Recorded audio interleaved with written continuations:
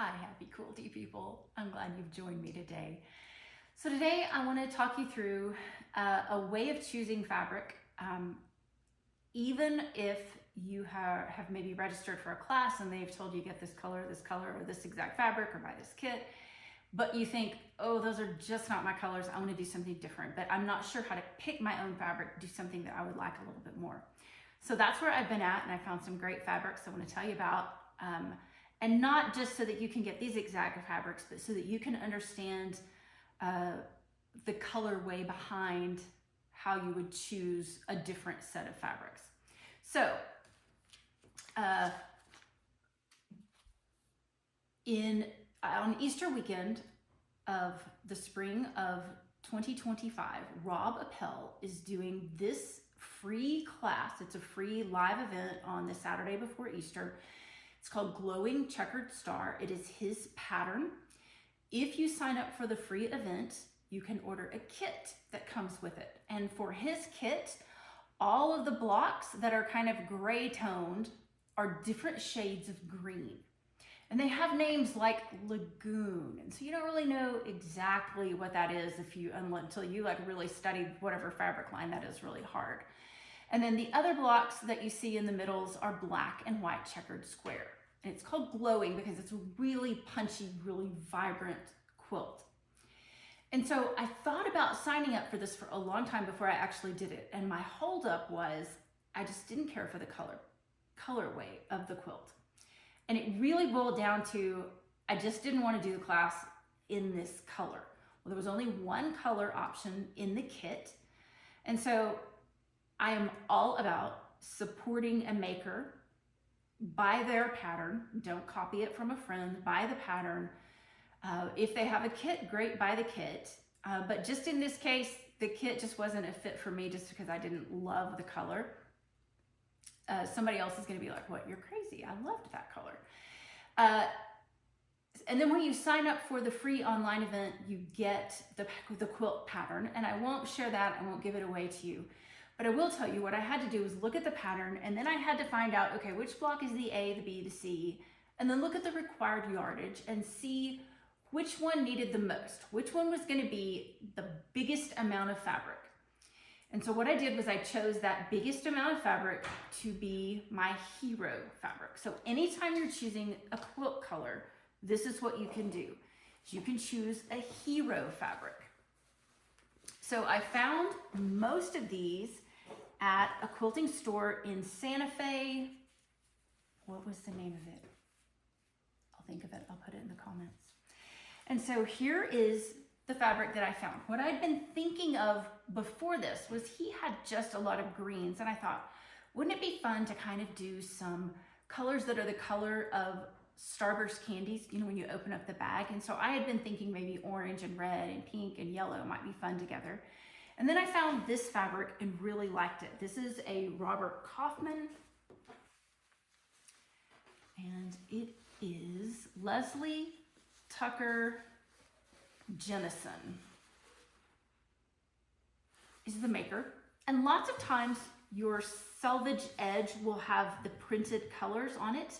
This one didn't, but this was a pretty easy fabric just to walk around the quilt store. Once I picked this as my main fabric, to then find these other colors. So you can see there's some deeper green, some lime green, some fuchsia-y pink, and even some peachy coral kind of colors.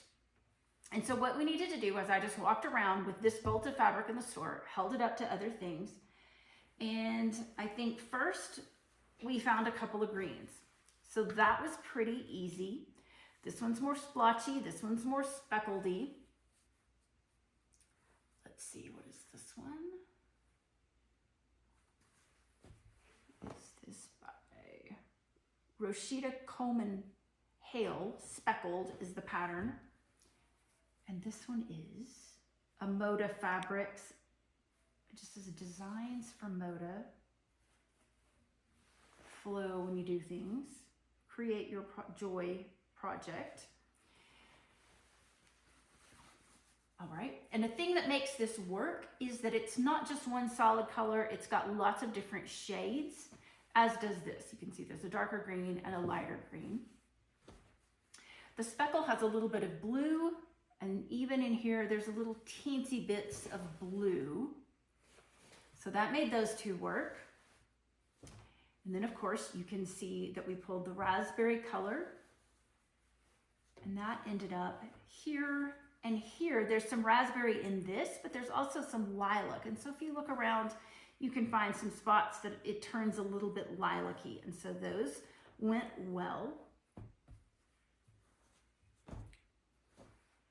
And we found this pink, which I just loved. It's a cork pattern and it's got gold through it, which this doesn't have gold, but I think this light, bright yellow almost reads a little bit gold. It's not truly iridescent. And this fabric is a Wyndham fabric. It's called Uncorked because it looks like cork. So loved that one.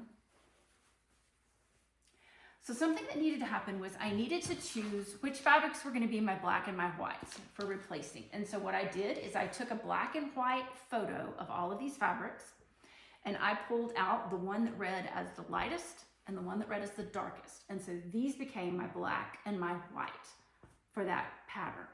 So that was how much I knew I needed to have of those two, was the amounts for the black and the white. So that replaced those.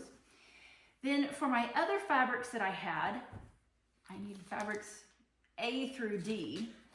So this is A, B, C, and then I found this one. And I knew I needed a little bit more for something. One of my ones I was a little bit short on. And then the other thing that happened was I knew I needed some binding fabric. And so I took this to a local quilt shop, not the one in Santa Fe.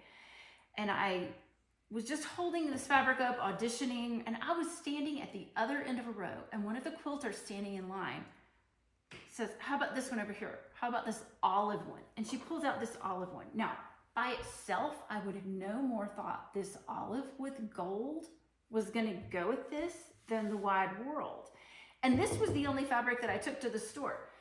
That quilter did not know that I had already picked this one with gold in it. And so I got enough of this one to be my binding. And I think that just, let's lay it out like this, just kind of on an edge. So what I like about this binding is I can do a solid color olivey kind of a thread, and it'll hide nicely in that binding. It's with the little gold flecks on it. I like something in a binding that's going to be a little bit busy, so it'll be a little bit more forgiving. I think sometimes when you have a plain binding, your stitching tends to just be that much more visible. And then I happened to find a variegated thread that I thought matched really, really nicely. So we'll see if I like that or not. I don't know if I really will. We'll see. But I would encourage you to sign up for Rob Appell's class. I think it'll be a fun day, the Saturday before Easter 2025. And I'm sure he'll probably have it available online in some format. And did I already tell you about they're doing a retreat in the fall of 25 in East Texas for this quilt. So you could go and actually do it in person, which I do think would be fun. So that's the gist of how you pick out a hero fabric.